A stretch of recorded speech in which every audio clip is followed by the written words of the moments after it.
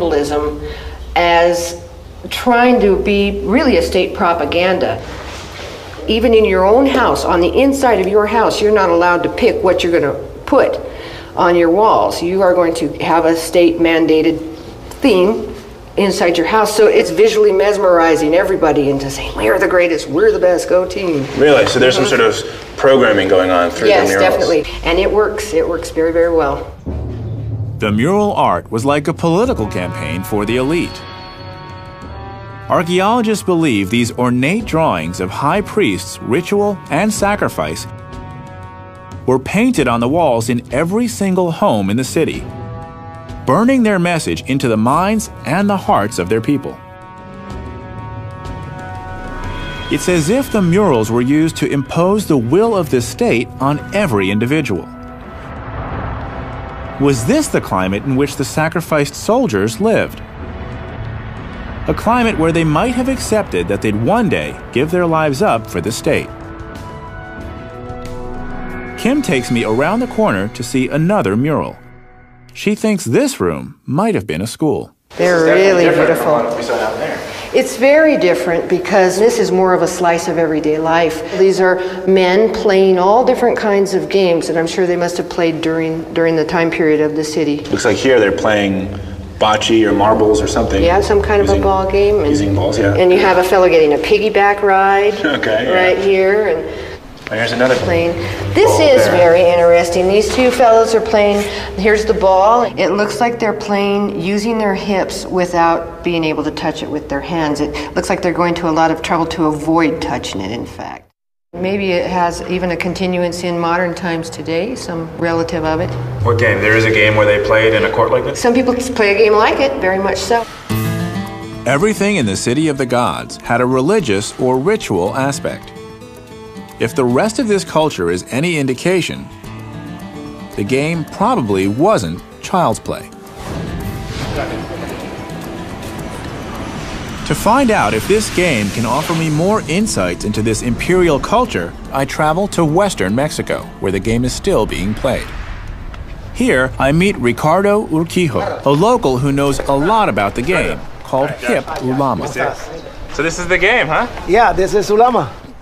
They're using a taste, which is the field ground, and here you have this line, which is right in the middle, and it's called analco. When they cannot respond, then that's a point for this team. It's a bit like volleyball. Each team tries to hit the ball back to the other side. Except, of course, here, they're using their hips instead of their hands. And how many points until you win? 8. The game has a history dating back before the Aztecs, and even before the Teotihuacanos, stretching back some 4,000 years. Ken, is it okay if I give it a try? Sure. Yeah? Va a probar Josh con ustedes, muchachos. Okay? Yeah. Sure. Wait, you guys have your shoes off. Bring it on! That's to me. Ah.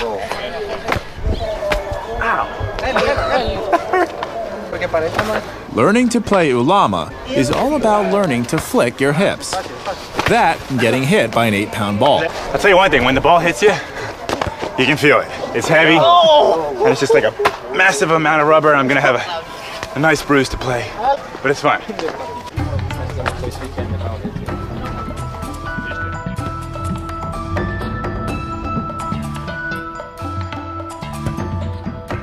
This is seemingly playful stuff, an innocent ball game. But it turns out it wasn't innocent at all. This game between competing teams may have symbolized the battle between the gods in the sky and the lords of the underworld. The ball itself may have symbolized the sun. The rulers of Teotihuacan took a physical game and turned it into a supernatural ritual. Once again, the heavy hand of the state made its mark on daily life. So Ricardo, any sense of how the rules or the game has changed over the last 2,000 years? They have changed a lot because in Teotihuacan days, the winner was sacrificed to the gods. To have fertility, good crops, rain. So you'd want to die through this game? Yes. Right. Because to me, as someone who's playing now, like I would think the loser would die. You know? Right. It's like, we beat you, you die. You know, Yeah. but you're saying that actually it was the honor of the winning team Right. to be sacrificed in one of the highest ways possible. Yes, of course. Okay, did we win or lose? I don't know. Well, I hope I lost. I'm glad to be going back unharmed. Well, mostly. But I've learned something. In Teotihuacan, the dominance of this state was so complete that for centuries, people were asked to give up their lives for it in war and in peace. Coming up, what happens when the state doesn't keep its end of the bargain? I'm trying to understand the mysterious city of Teotihuacan. I've crawled into volcanic glass mines, examined human bones, and played one of the world's oldest sports. Once, people gave up their lives for this all-powerful state. But no city can last forever.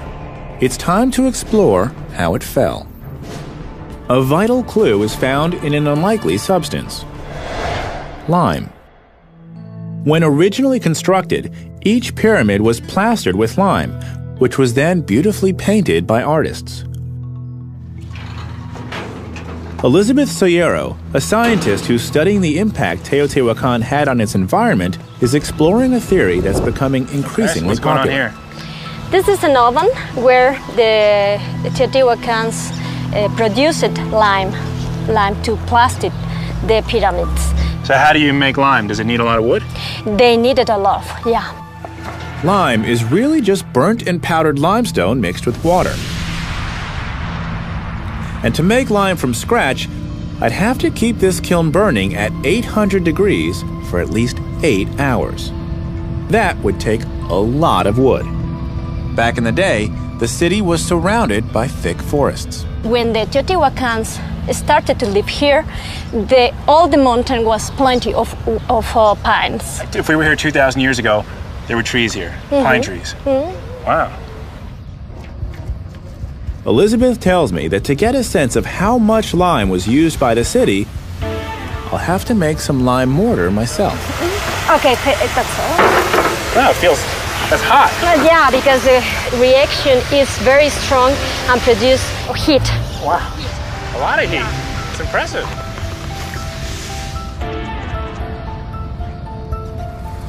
In order to maintain their Should I city, keep adding water? the Yeah. Teotihuacanos plastered and replastered the walls again and again.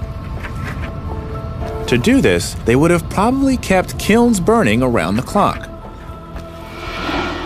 It's been estimated that they used roughly 30,000 tons of wood each year to build and maintain the plaster on the city. That's about 3,000 acres of forest, cut down and burnt each year over centuries. It's as if they were smearing their forests all over their walls. The forests never recovered from this abuse. Neither did the city. The resulting soil erosion slashed farm productivity, setting the stage for crisis.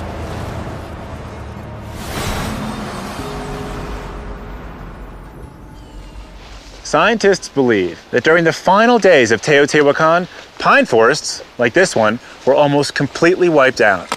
At the same time, the city began to spiral out of control. Was environmental degradation caused by humans the real reason the city of the gods collapsed? What was the final straw? Once again, the answers may lie in the graves. Patio space here. Okay. Mike is taking me to a grave in one of the apartment complexes. Apparently, Teotihuacanos frequently buried their relatives right in their own courtyard. Oh, wow. Yeah, it's been excavated by the archaeologist and then they've resealed it. Okay.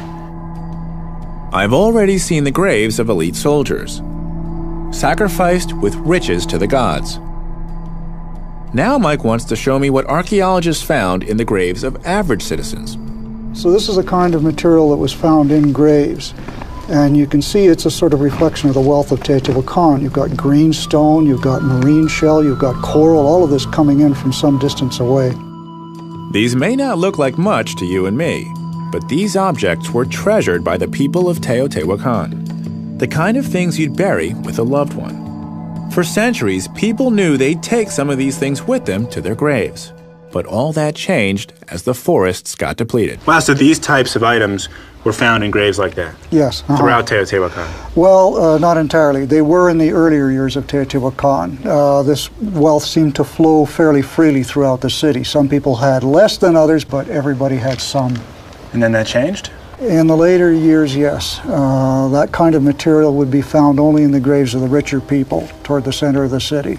So we're seeing a polarization of the wealth classes. There's a growing gap between the upper class and the lower classes. So it sounds like something is changing internally at Teotihuacan. Something's going drastically wrong in the last century or so. What environmental factors? Once again, it's the teeth that tell the story. We examined the teeth, and we were able to see these lines of growth interruption in their teeth, and those increased late in the apartment compound history. So that people were apparently suffering a lot of episodes of growth interruption, which means episodes of infection, malnutrition, perhaps trauma. Yeah. Teotihuacan, it seems, had gotten too big to sustain itself. With the forests depleted, the farmlands insufficient to sustain the dense urban population, the city was literally crumbling under its own pressure. But did people just abandon it and migrate elsewhere? I head back to Linda Manzanilla to put the final pieces together.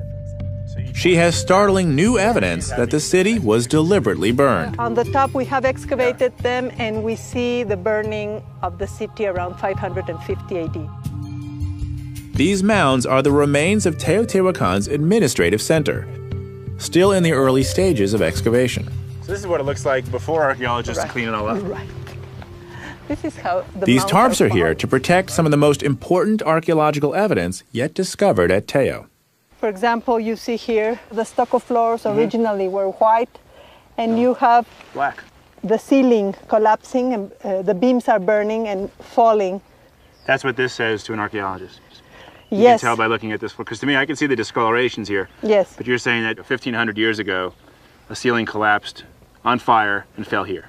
Well, I knew you were going to ask that, and I brought a sample of the carbonized wood of the... When excavations began here in the early 90s, Linda's team found the charred remains of massive roof beams littering the floor, as if from a great fire.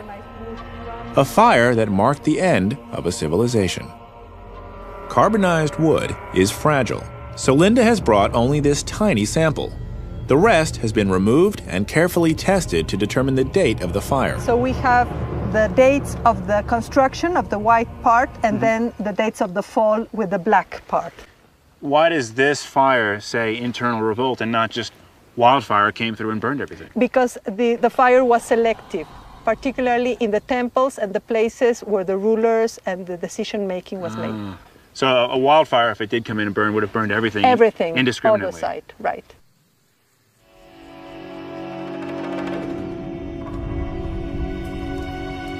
For centuries, Teotihuacan's rulers dominated every aspect of life, even demanding the ultimate sacrifice. In return, they promised to bless and protect the people. When these promises fell flat, it seems the people exacted the perfect revenge on their masters and their monuments.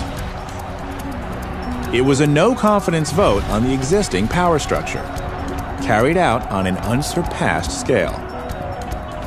Overnight, this magnificent metropolis that dominated the region for centuries was reduced to a shadow of its former self, never to rise again. A civilization